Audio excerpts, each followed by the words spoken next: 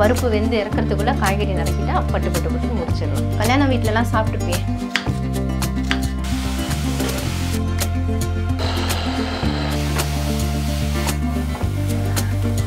இன்றைக்கி மட்டும் ஒரு 4-5 பூ பூத்துருக்கு. நேற்று ஒரு 7-8 பூ பூத்துது. இப்படி வாடா. ஹாய் ஃப்ரெண்ட்ஸ், எல்லோரும் எப்படி இருக்கீங்க? எல்லாருமே நல்லா இருக்காங்க. குக்கர் விசில் அடிச்சிச்சு. இன்றைக்கி தை அமாவாசை. தை அமாவாசைக்கு நான் என்னென்ன சமைக்கிறேன் அதுதான் நீங்கள் பார்க்க போகிறீங்க. வாங்க. ஓகே, என்னென்ன வேலை பண்ணியிருக்கேன் இது வரைக்கும்? ஸ்டவ்வில் வந்து பருப்பு வச்சுருக்கேன் சாம்பார் வைக்கிறதுக்காக. இந்த ஸ்டவ்வில் வந்து சாதம் வெந்துட்டுருக்குது. அரிசி கழுவி வச்சுருக்கேன், சாதம் வெந்துட்டுருக்கு. இப்போ பார்த்தீங்கன்னா பருப்பு வெந்து முடியறதுக்குள்ளே கொஞ்சம் காயெல்லாம் நறுக்கிக்கலாம் அப்படின்னு எடுத்து வச்சுருக்கேன். அவரைக்காய், முருங்கைக்காய், வாழைத்தண்டு போட்டு சாம்பார் வைக்கிறேன். கத்திரிக்காயும் மொச்சையும் போட்டு சாப்ஸ், அதாவது ஒரு வறுவல் மாதிரி சாப்ஸ், கல்யாண வீட்டிலலாம் சாப்பிட்ருப்பீங்க அந்த மாதிரி ஒரு சாப்ஸ் பண்ண போகிறேன். அதுக்கப்புறமா பார்த்தீங்கன்னா வாழைக்காய் வறுவல் பண்ணுறேன். மற்றபடி கேசரி வடைலாம் செய்யணும். வடைக்காக உளுத்தம்பருப்பு ஊற வச்சுருக்கேன். இதெல்லாம் நறுக்கி முடிக்கிறதுக்குள்ளே பருப்பு ஊறிடும். அதுக்கப்புறமா அதுக்கு அரைச்சிக்கலாம் அப்படின்ட்டுருக்கேன். இன்னும் வெங்காயம் எடுத்து வைக்கல, வெங்காயம் எடுக்கணும். சாம்பாருக்கு தக்காளி, கொத்தமல்லி இதெல்லாமே எடுத்து வச்சுருக்கேன். கருவேப்பிலை, பச்சை மிளகாய் எல்லாமே போட்டு வச்சுருக்கேன். புளியும் ஊற வச்சுருக்கேன். இப்போ காய்கறி அரியணும். ஆமாம், காய்கறி நறுக்கணும். பருப்பு வெந்து இறக்கிறதுக்குள்ளே காய்கறி நறுக்கிட்டா பட்டு பட்டு பட்டுன்னு முடிச்சிடலாம். முருங்கைக்காய் பார்த்தீங்கன்னா இப்போ ரொம்ப மெலிசாக தான் கிடைக்கிது. ஆனால் சாம்பாரில் வந்து முருங்கைக்காய் போட்டால் அவ்வளோ ஒரு டேஸ்ட்டாக இருக்கும். அதுக்காக நான் வாங்கிட்டுருக்கிறேன். பாருங்கள், நல்லா பெரம்பு மாதிரி இருக்குது.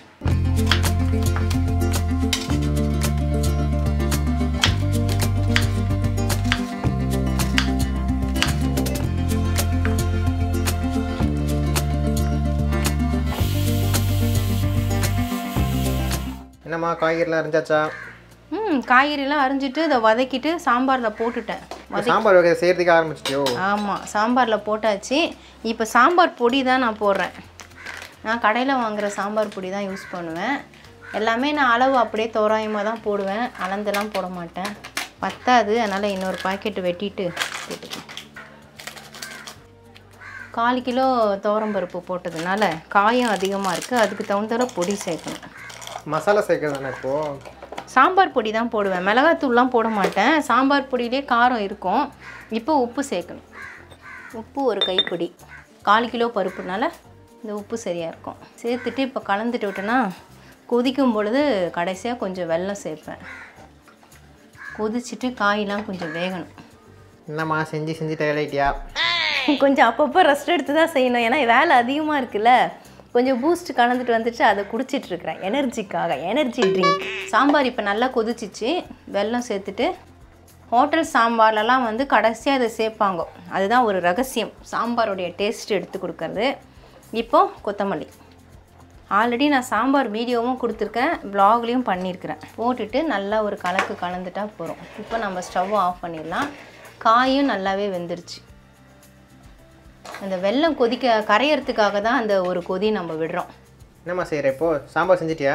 சாம்பார் இறக்கிட்டேன், சாதம் ரெடி ஆகிடுச்சு. இப்போ வந்து கத்திரிக்காயும் மொச்சையும் போட்டு சாப்ஸ், கல்யாண வீட்டிலலாம் சாப்பிட்ருப்பே. இது வெங்காயம் தக்காளி போட்டு வதக்க. கத்திரிக்காய் பிடிக்காது, அதனால் நான் சாப்பிட மாட்டேன். வெங்காயம் தக்காளி போட்டுட்டு கொஞ்சம் நல்லா வதக்கிட்டு அதுக்கப்புறமா கத்திரிக்காய் சேர்க்கணும். கொஞ்சம் கருவேப்பிலை போட்டுக்கலாம். இன்றைக்கி நறுக்கின காய் வேஸ்டேஜ் பார் எவ்வளோ இருக்குது, அவ்வளோ காய் நறுக்கியிருக்கேன். கத்திரிக்காய் இந்த மாதிரி நீல வாக்கில் நறுக்கணும். நீளமாக இருக்கணும், மீடியமாக இருக்கணும், ரொம்ப தடிமனாக இல்லாமல். வெங்காயம் தக்காளி வதங்கிடுச்சு. கத்திரிக்காய் போட்டுருக்கேன். எப்போவுமே இந்த மாதிரி தண்ணியில் தான் நறுக்கி போட்டுக்கணும், அப்போ தான் வெள்ளையாக இருக்கும். கத்திரிக்காய் மட்டும் நல்லா ஹை ஃப்ளேமில் வச்சு ஒரு 2 நிமிஷம் நல்லா வதக்கணும். கத்திரிக்காய் நல்லா வதங்கிடுச்சு, நிறம் மாறிடுச்சு அந்த தோலெல்லாம். இப்போ பச்சை மொச்சை அதை போட்டுக்கலாம். சப்போஸ் காஞ்ச மொச்சை போடணுன்னா நல்லா ஊற வச்சுட்டு குக்கரில் போட்டு ஒரு 2 விசில் வேக விட்டுட்டு தான் சேர்க்கணும். இந்த பச்சை மொச்சை ஃப்ரெஷ்ஷாக இருக்கிறதுனால நான் அப்படியே சேர்க்குறேன். காரம்லாம் சேர்த்துடலாம். மசாலா, குழம்பு மிளகாத்தூள், மஞ்சள் தூள், சால்ட்டு,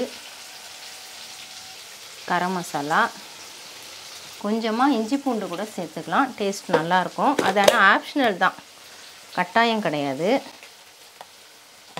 சேர்த்தா நல்லாயிருக்கும். தண்ணி சேர்த்துக்கலாம். நல்லா மிக்ஸ் ஆகிடுச்சு. ரொம்ப தண்ணி தேவைப்படாது. ஏன்னா கத்திரிக்காய் நல்லா வதங்கிட்டதுனால சீக்கிரமாக வெந்துடும். மொச்சையும் வந்து ஃப்ரெஷ்ஷான மொச்சை, அதனால் எல்லாமே சீக்கிரம் வெந்துடும். ரொம்ப தண்ணி சேர்த்தா ரொம்ப இழஞ்சிடும். அதனால் இந்த அளவுக்கு போதும். அடுத்து என்ன?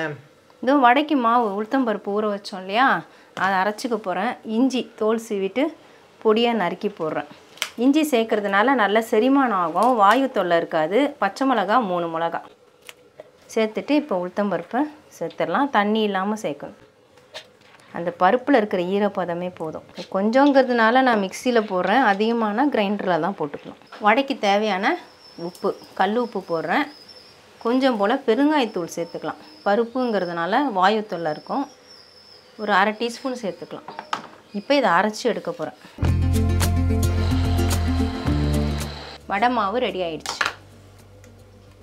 தண்ணி விடாமல் அரைச்சிருக்கேன். இந்த மாதிரி தான் அரைச்சி எடுக்கணும். நல்லா வெந்திருக்கு கத்திரிக்காய். வெந்தது மட்டும் இல்லை, நல்லா கலர் சேஞ்ச் ஆகி செவந்து வருது. சூப்பராக இருக்கும் இந்த மாதிரி செஞ்சால். கல்யாணத்துலலாம் பார்த்தா கத்திரிக்காய் ரொம்பவே இழைஞ்சிருக்கும். நான் ரொம்ப இழைய விடலை, பீஸ் தெரிகிற மாதிரி பண்ணியிருக்கேன். சூப்பராக வந்துருக்கு. ஆமாம். இப்போ இதை வேறு ஒரு பாத்திரத்தில் மாற்றிட்டு இந்த கடாயை கழுவிட்டு வாழைக்காய் வறுக்க போகிறேன். நல்லா ஒரு மசாலா ஸ்மெல்லும். அடுத்தது இந்த கடாயிலே வாழைக்காய் வறுக்கலான்ட்டு கடாய் வச்சுருக்கேன். இந்த எண்ணெய் ஊற்றிக்கிறேன். வாழைக்காய் நறுக்கி தண்ணியில் போட்டு வச்சுருக்கேன். இதில் நான் எதுவுமே வெங்காயம் தக்காளி போட மாட்டேன், வெறுமனே தான் வறுப்பேன். இஞ்சி பூண்டு பேஸ்ட் சேர்த்துக்கிறேன்.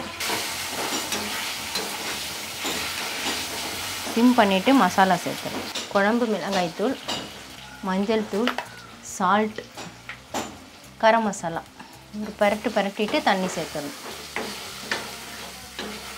தண்ணி ரொம்ப தேவையில்லை, ஒரு 2-3 டேபிள் ஸ்பூன் ஊற்றினாலே போதும். ஏன்னா வாழைக்காய் வந்து ஒரு ஆவிலே வெந்துடும். வேகட்டும். இதுக்குள்ளே வடைக்கு வெங்காயம் சேர்த்து பிசைஞ்சிடுறேன். வெங்காயம் நான் சாப்பரில் போட்டு சாப் பண்ணி எடுத்திருக்கேன். நல்லா பொடிசாக இருக்குது, அதனால் இப்போ தான் போட்டு பிசைய போகிறேன். சப்போஸ் பெருசாக இருந்தால் ஒரு சுற்று மிக்சியில் போட்டு எடுத்துகிட்டு கூட பண்ணலாம். அது வந்து மாவு தண்ணி விட்டா மாதிரி ஆகிடும். இப்படி செய்யும் பொழுது மாவு கெட்டியாக இருக்கும். நம்ம பச்சை மிளகாய் இஞ்சி எல்லாம் சேர்த்தாச்சு, அதனால் காரத்துக்கு எதுவும் தேவை கிடையாது. உப்பும் நம்ம அரைக்கும் போதே சேர்த்துட்டோம். வெறும் வெங்காயம் மட்டும்தான் சேர்க்கணும். வேணும்னா கொத்தமல்லி சேர்த்துக்கலாம், கருவேப்பிலை கொத்தமல்லிலாம். இப்படி வடை செய்கிறதுனால இந்த பச்சை மிளகா வந்து வாயில் கடிப்படாது. நிறைய பேருடைய மாவில் போட்டு மிக்ஸ் பண்ணுவாங்க. ஆமாம், குழந்தைங்க இருந்தால் குழந்தைங்க கூட சாப்பிடாது, வாயில் கடிப்படுதுன்னு வடையே வேணான்னு சொல்லும். காரமாக இருக்கும் அந்த பச்சை மிளகா. அந்த இடம் மட்டும் வாயில் கடிப்படும் பொழுது காரம் தெரியும். இப்போ இந்த மாதிரி செய்யும் பொழுது மாவில் கலந்துடும். அது இப்போ நான் சேர்த்ததே நான் சொன்னாதான் தெரியும். ஸ்பைசினஸ் வந்து ஈவனாக இருக்கும். அந்த இஞ்சியும் தெரியாது, பச்சை மிளகாவும் தெரியாது. வடை மாவு ரெடி ஆயிடுச்சு. கடைசியாக தான் சுட போகிறேன். வாழைக்காய் இப்போ நல்லா வெந்துருச்சு. தண்ணிலாம் வற்றி அந்த எண்ணெய் மட்டும் தெரியுது. கொஞ்சம் செவக்க விடணும். நல்லா தனித்தனியாக பிரித்து விட்டுட்டு ஹையில் வச்சு 2 வாட்டி பரட்டி விட்டோம்னா நல்லா கலர் சேஞ்ச் ஆகி செவந்து வந்துடும். கலந்து வச்சுக்கிறேன், ஒன்றும் இல்லை. கேசரி பண்ணுறதுக்கு கலர் கலந்து வச்சுருக்கேன். வாழைக்காய் ஆயிடுச்சுப்பா. அதான் அப்பயே சொன்னி ஆயிடுச்சுன்ட்டு. இன்னும் வாழைக்காய் ஒருவல் ஆயிடுச்சு. இல்லை அடுப்பு ஆஃப் பண்ணிட்டுக்கிறேன். அடுப்பு ஆஃப் பண்ணிட்டு அதான் செவந்துருச்சு, கலர் சேஞ்ச் ஆயிடுச்சு. இப்போ வேறு பாத்திரம் வைக்கணும். இது விட்டால் கலர் இன்னும் கருகி போயிடும். கத்திரிக்காய் செஞ்சாலும் அது பேர், அதை விட இதான் ஸ்மெல்லு சூப்பராக இருக்கு. அடுப்பு மாற்றிடுறேன். அது நான் அந்த பாத்திரம் இது கேசரி செய்ய. ஓ, நீ கேசரிலாம் இருக்கோ? ஆமாம், கேசரி வடை இருக்குது. தை அமாவாசை இல்லையா, நான் வடை செய்யறேன்னு சொன்னேன். வடைக்கு தான் மாவு பிசைஞ்சு வச்சிட்டோமே, கேசரிக்கு தான் நெய் போடணும்.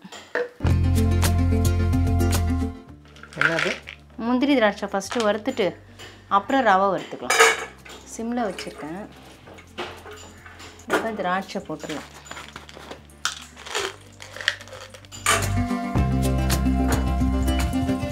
எடுத்துட்டியா? இது முந்திரி திராட்சை வறுத்து எடுத்துட்டேன் பொன்னிறமாக. ஓகே. இப்போ அந்த நெய்லேயே நம்ம ரவை வறுக்க போகிறோம். ரவை அது? ஆமாம், ரொம்ப ஹீட் அதிகமாகுது, அதனால் நான் ஸ்டவ் ஆஃப் பண்ணிட்டேன். 1 டம்ளர் நெய் சூடாக இருக்கனால அப்படியே பொங்கி வருது.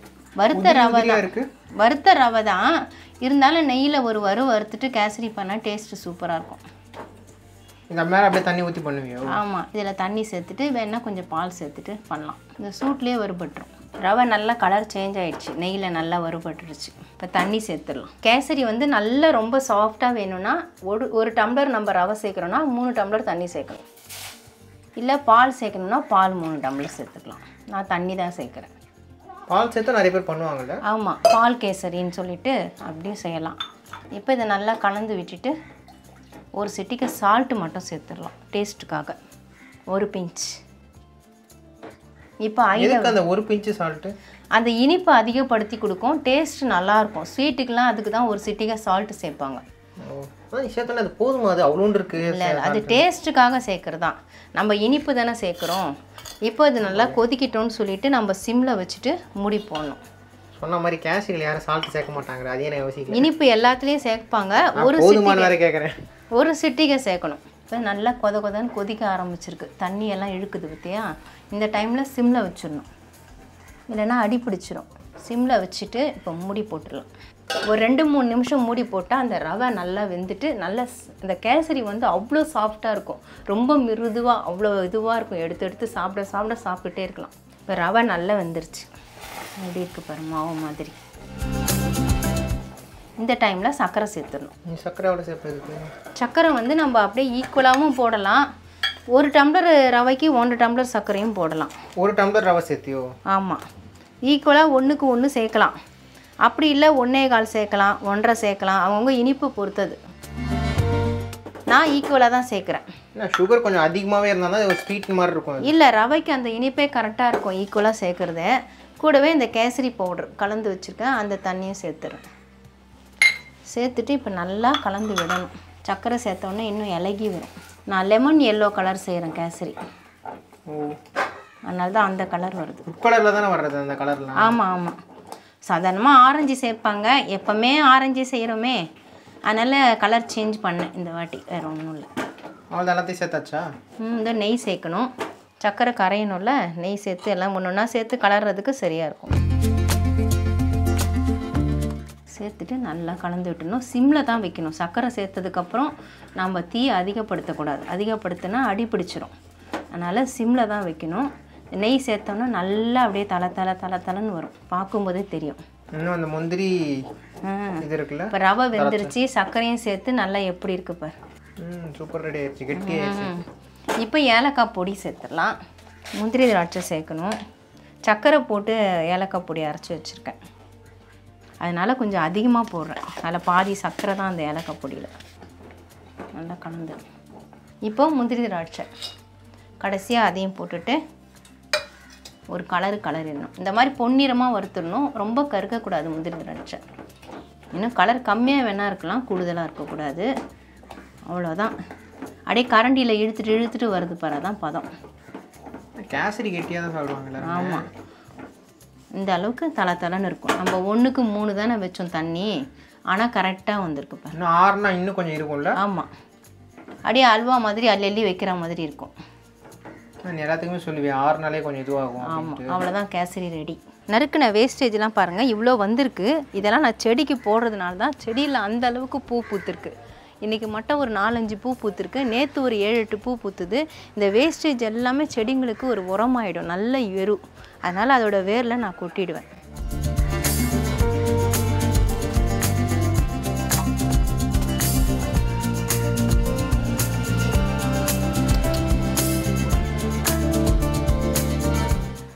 வடை பொரிக்கிறதுக்கு எண்ணெய் வச்சுட்டேன். எண்ணெய் இப்போ நல்லா சூடாக இருக்குது. இந்த மாதிரி தண்ணி வச்சுட்டு தண்ணியில் நம்ம கை தொட்டுட்டு எடுக்கும் பொழுது மாவு கையில் ஒட்டாது. இது பாருங்கள். இப்போ இது மாதிரி லைட்டாக பண்ணிவிட்டு ஒரு ப்ரெஸ்ஸிங் கொடுத்தா போகிறோம்.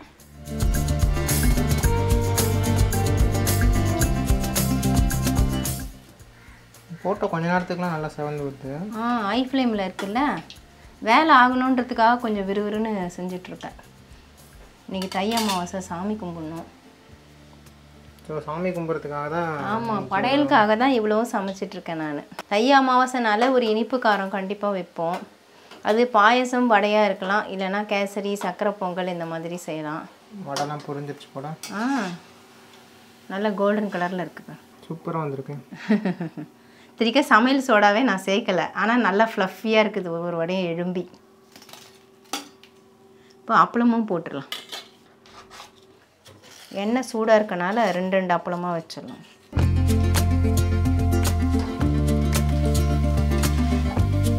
போட்ட உடனே பொரிஞ்சிருச்சு. ஆமாம், தண்ணி எண்ணெய் வந்து சிம்மில் வச்சுருக்கேன். ஹையில் வச்சா அவ்வளோதான், கருகிடும். நம்ம அமாவாசைக்கு லஞ்சு ப்ரிப்ரேஷன்லாம் ஃபுல்லாக முடிஞ்சிருச்சா? எல்லாமே ரெடி பண்ணிவிட்டேன். அதுவும் கிடுகிடுன்னு ஸ்பீடாக செஞ்சுருக்கேன். இன்னும் படையல் வேற போடணும், போயிட்டு வெத்தலை வேற கட் பண்ணணும். அதுக்கு முன்னாடி என்னென்ன செஞ்சோன்னு நம்ம காமிச்சிடலாம். சாதம், அவரைக்காய், வாழைத்தண்டு, முருங்கைக்காயெல்லாம் சேர்த்து சாம்பார். கமகமன்னு இருக்குது திறந்தாலே. கத்தரிக்காய் மொச்சை சாப்ஸ், வாழைக்காய் வறுவல், சாம்பாரில் சேர்த்து சாப்பிட நெய், அது உருகட்டம்னு வச்சுருக்கேன் கிண்ணத்தில். அப்புறம் கேசரி, வடை, அப்பளம். தை அமாவாசை கும்பிட்றதுக்கு சாப்பாடு எல்லாமே ரெடி ஆகிடுச்சு. இப்போ வெத்தலை கட் பண்ணிட்டு வந்து இலை போட வேண்டியது தான். வீட்டு வெத்தலை தானா? ஆமாம், வீட்டில் வெத்தலை கொடி வளர்த்து வச்சுருக்கோம்ல, அதுலேருந்து 2 வெத்தலை கட் பண்ணிக்கலாம். வெத்தலை அழகாக வளர்ந்துருக்குல்ல, எவ்வளோ பெருசாக இருக்குது பாருங்கள். அதுவும் வீட்டில் வளர்ந்த வெத்தலைனா ரொம்ப சந்தோஷமாக இருக்கும். இன்னொரு வெத்தலை எடுத்துக்கலாம். 2 வெத்தலை போதும். இதெல்லாம் அப்படியே இருக்கட்டும், எல்லாத்தையும் எடுக்க வேணும்.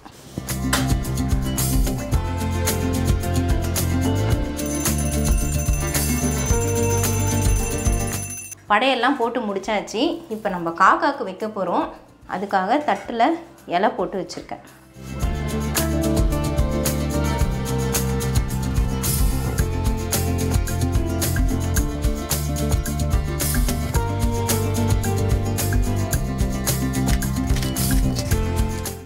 அது கிட்ட இருந்தால் வராது. இப்படி வாடா.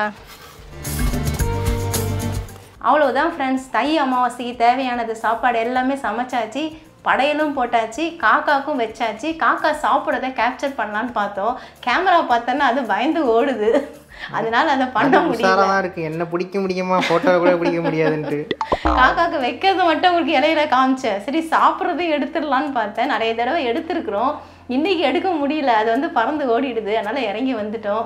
இப்போ பக்கத்தில் வேற கொஞ்சம் கன்ஸ்ட்ரக்ஷன் வேலை போகிறதுனால அந்த சவுண்ட்லேயே அது ஓடி போயிடுது. ஆமாம், இப்போ படையல் போட்ட சாப்பாடு தான் நாங்கள் சாப்பிட போகிறோம்.